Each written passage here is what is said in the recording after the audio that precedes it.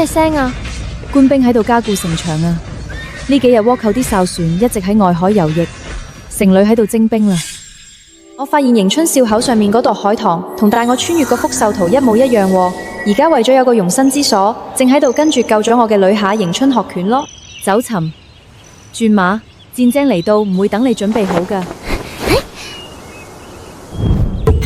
兩個女人仔湊埋一齊，點啊？仲想上陣殺敵啊？殺敵？唔好俾倭寇捉咗去當壓寨夫人就偷笑啦！你哋咁犀利，做乜唔去徵兵啫？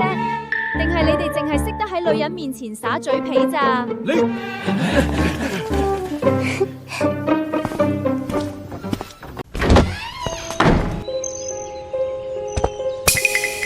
鬼鬼祟祟咁，我就要睇下你哋想點。我屋企嗰個仔啊，尋日佢船隊走咗咯。唉，呢啲日子幾時先係個頭噶？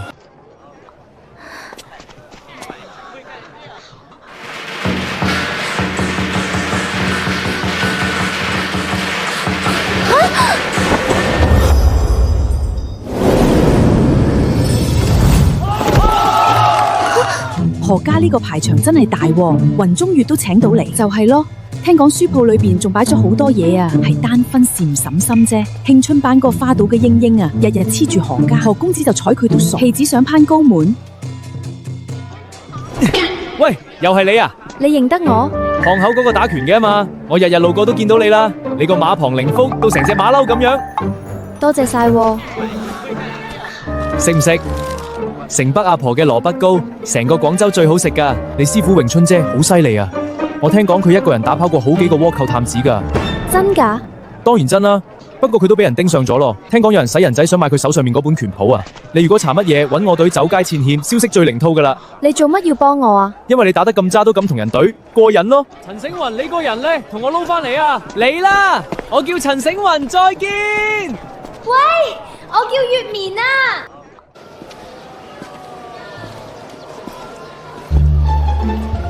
呢個係火藥圖，何少爺嘅師像嚟噶，唔賣得噶。再講啦，你一個女仔人家睇得明咩？你幅圖畫錯晒啦，引分你擺喺下面，火壺一點着，未掟出去就炸機手上面啦。引分要擺喺頂，掟出去喺空中轉幾圈跌落嚟先炸噶嘛。姑娘睇得明呢啲。在下何燕，呢間書鋪嘅主人。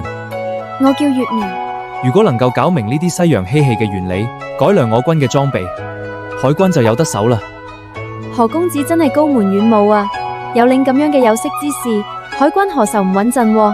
月棉姑娘言重啦，若姑娘唔嫌棄，日後多啲過嚟坐下。在下有好多唔明嘅地方，想請教下你。呢個年頭居然仲有咁樣嘅人㗎？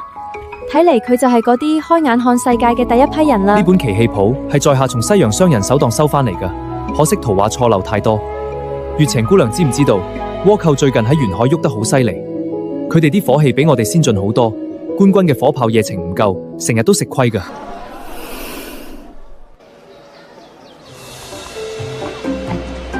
英英姐就係嗰個丫啦啦，我呢幾日路過西華巷，成日見到佢喺巷口搞拳腳，人嚟人往咁多人睇住，真係唔知醜咯，仲要黐埋何公子嗰度喎。走，過去睇下。我以為係邊個添，原嚟係巷仔嗰個打拳嘅。點啊？拳都未練好就學識攀高枝啦？你邊個啊？慶春辦盧英英。哦，未聽過喎。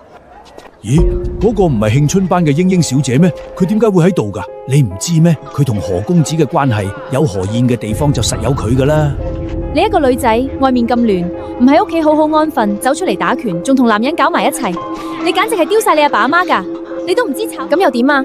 我應該定屋企繡花，等其他人嚟救我啊？我中意學拳就學拳，中意刺绣就刺绣，你理得我啊？英英姑娘，月棉姑娘係我嘅朋友，你咁樣講說話唔係幾合適喎。英英姐，算啦，唔好咁啦。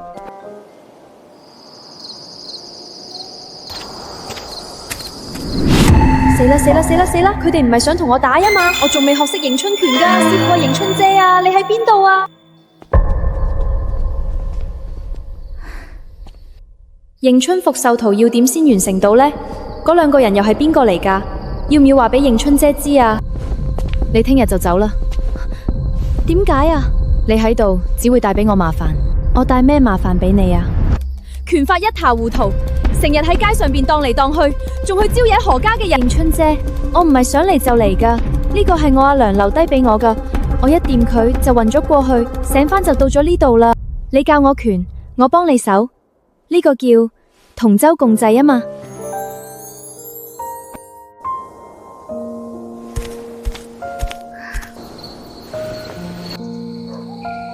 唔通真係同勤快有滾吹飲問啲乜嘢呢？我仲有幾日就去報到啦，究竟要點先翻到去啊？月眠，你份履歷寄咗未啊？我尋日收到一個 offer 咯。未啊，我再睇下啦。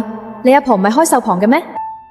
你份履歷上面寫熟悉廣繡技藝呢樣嘢啊，用人揸務未必咁睇重噶。你要諗清楚，呢樣嘢可以當飯食嘅咩？阿婆，而家邊個仲會買手工繡品呀？網上幾十蚊一件，仲快過我哋繡多多聲啦。機器繡同手工繡唔同噶。但人哋睇唔出噶嘛。